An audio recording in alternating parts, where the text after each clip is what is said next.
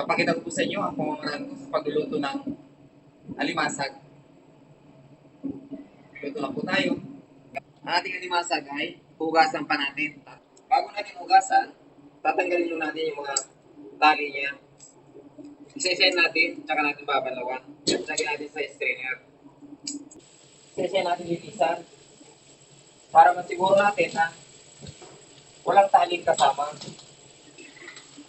Hindi natin ito puputulin yung kalamay. Buo na po natin ilalagay sa ating kuhanin at kaugas. Saka natin ulitin uli ang ating paghugas. So, para sigurado tayo na malinis po yung ating alimasag. Punuin po natin ang tubig, ang ating langgana. Kaya natin hanguin yung ating alimasag. Nakalutan na siya sa tubig. Saka natin ito hanguin. At ilagay natin ito sa strainer. Yung tubig niya, matiktik. Kapuwasan, para hindi na sumama po sa ating pagluluto sa gata. Muna natin dito. At lagyan natin ang salahan. Tsaka natin igigisa yung ating gata kasama yung bawang sibuyas at luya. Ito po yung ating mga sangkap sa paggisa ng ating alimasag. Meron tayong bawang, sibuyas, luya, sili, at ang ating gulay. Lalagyan natin ng sitaw, kalabasa, at sili. Ito naman po yung ating panimpla. Meron tayong patis, asin, pamintang buo, cubes, at lalagyan natin ng laurel. Ito po yung ating gata. Ang gagamitin ko pong gata is nasa lata. Bago natin buksan ang lata, kailangan isi-shake muna natin yung ating lata bago natin buksan yung ating gata. Pero mas masarap po ito kung ang gagamitin natin ay yung niyog, yung kakang gata. Since wala akong available na gata, na kakang gata, ito na lang muna ang ating gagamitin. At lalagyan natin ng mantika. Olive oil po ang aking gagamitin sa paggisa. Pero pwede po ito sa ordinaryong mantika. Ang klase po ang pagluluto sa gata. Pwede pong diretso na, yung sabay-sabay na, sama-sama na. At pwede rin po yung ginigisa. Sa akin po, mas prefer ko po ang ginigisa para umaamoy po yung luya at buyas. Ihulog na po natin ang ating luya. Para natin ito susundan ng bawang.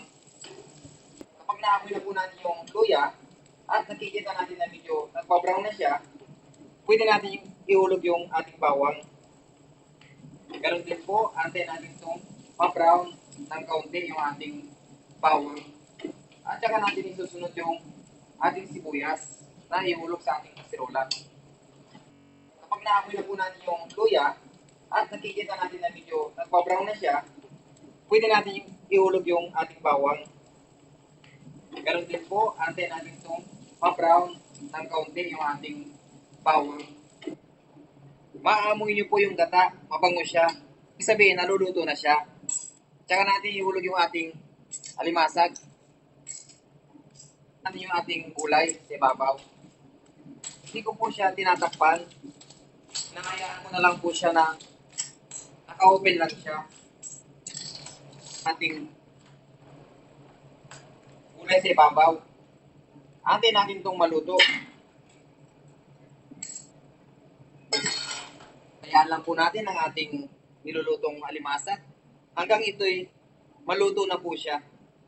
At kapag luto na, titikman uli natin. Kung kulang sa alat, pwede natin lagyan ng kunting asin.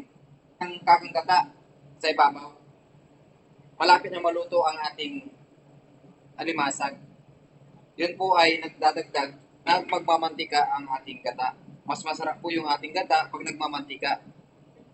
Mas malasa siya. Puna natin ang ating niluluto hanggang sa maluto siya. Ng konting gata mamaya. Medyo malapit na siyang maluto. Mas masarap po ang kakang gata sa pagluluto ng ganitong klaseng ulam. Natin yung ating kalabasa, tusukin natin kung luto na. Luto na po ang ating kalabasa. At tikman natin yung ating sabaw.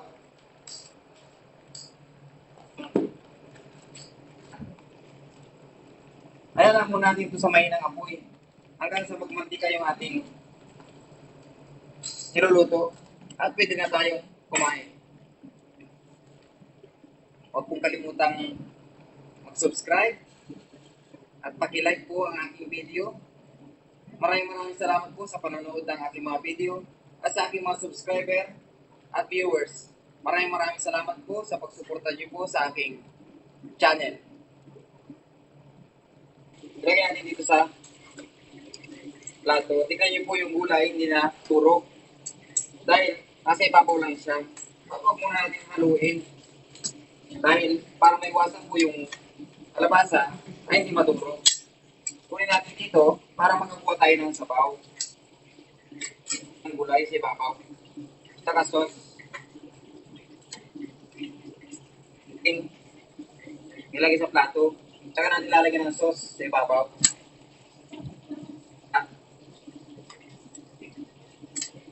Yung ginataang alimasag, yung aking portion po ay medyo marami.